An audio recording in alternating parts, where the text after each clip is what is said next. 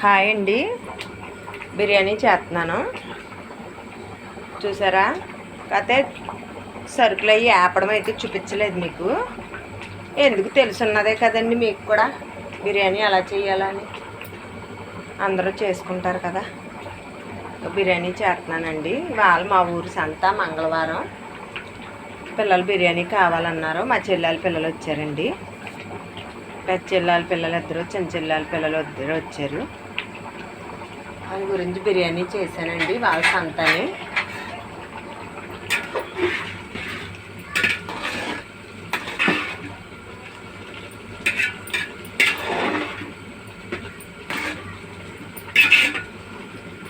ఇలా ఉడికిన తర్వాత కొంచెం మంట తగ్గించుకున్నాం అనుకోండి సరిపోద్ది. ఇది మామూలు బాస్మతి రైస్ కాదండి, సోనా రైసు. బాస్మతి రైస్ అయితే కనుక గ్లాసుకి గ్లాసున్నర వేసుకోవాలి. సోనా రైస్కి అయితే గ్లాసుకి 2 గ్లాసులు వేసేసుకోవాలి. మనం ఆయిల్ అయ్యి వేస్తాం కాబట్టి.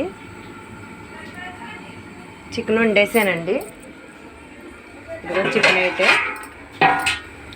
అయితే ఇదిగో ఇలా వండేసానండి. వీడియో తీయలేదు. మా పిల్లలకి రేపు మా పెద్ద అమ్మాయికి ఎగ్జామ్ ఉందండి. ఆ అమ్మాయి క్లాస్ వస్తుంది, అందుకే వీడియో తీయడానికి కుదరలేదు. వీడియో తీయలేదు. ఇప్పుడు ఇచ్చింది ఫోను. కూర అది వండేసిన తర్వాత చికెన్ అది వండేసానండి. చూసారా చికెను.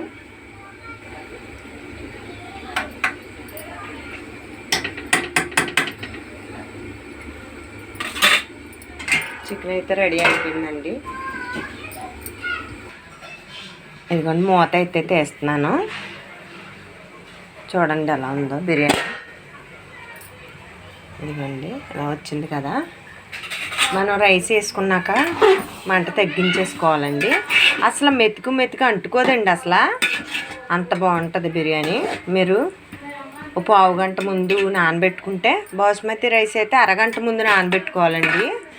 సోనా మైసూర్ అనుకోండి, మనం ఇంట్లో వండుకునే రైస్ అనుకో, ఒక పావు గంట ముందు నానబెట్టుకుంటే సరిపోద్ది. ఇలా అయిన తర్వాత చూసారా మెతుకు ఎలాగుందో. మెతుకు అయితే చూపిస్తాను మీకు. ఇదిగోండి ఎలా ఉంటుంది. మెతుకు అంటుకోదండి. వంతుకు 2 వంతులండి ఎసరా. నెయ్యి వేసుకుంటే ఇప్పుడు చాలా బాగుంటుంది. నెయ్యి వేసుకుంటే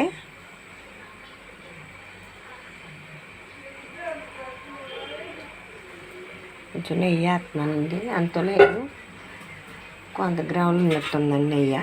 అదే వేసాను. కూడా ఉండదులేండి, ఒక 50 గ్రాములు ఉంటుందేమో నెయ్యి. ఇంకా మనం ఏం చేయక్కర్లేదండి. నెయ్యి కలిసి ఇలా తిప్పేసి చిన్న మంట పెట్టుకుంటే గ్యాస్ మీద చక్కగా బిర్యానీ నీట్గా మగ్గిపోద్దండి. మనం ఏం చేయక్కర్లేదు. అట్టాకు ఉందనుకోండి, అట్టాకు వేసుకుంటే ఇంకా సూపర్గా ఉంటుంది. అట్టాకు దిగితే చాలా బాగుంటుంది. అట్టాకు ఆవిరి దిగింది అనుకోండి చాలా బాగుంటుంది బిర్యానీ. కాకపోతే నైట్ అయిపోయిందండి. సడన్గా మా ఆయనగారు చేయమన్నారు బిర్యానీ. పిల్లలు ఉన్నారు కదా, బిర్యానీ చేయొచ్చు కదా అన్నారు.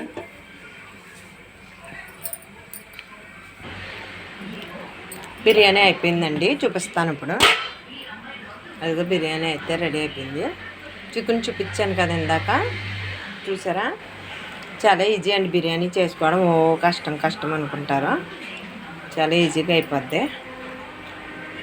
బాస్మతి రైస్కి అయితే కనుక వంతుకు 1.5 వేసుకోవాలండి. సోనా మైసూర్ అనుకోండి 2 వంతులు వేసేసుకోవచ్చు.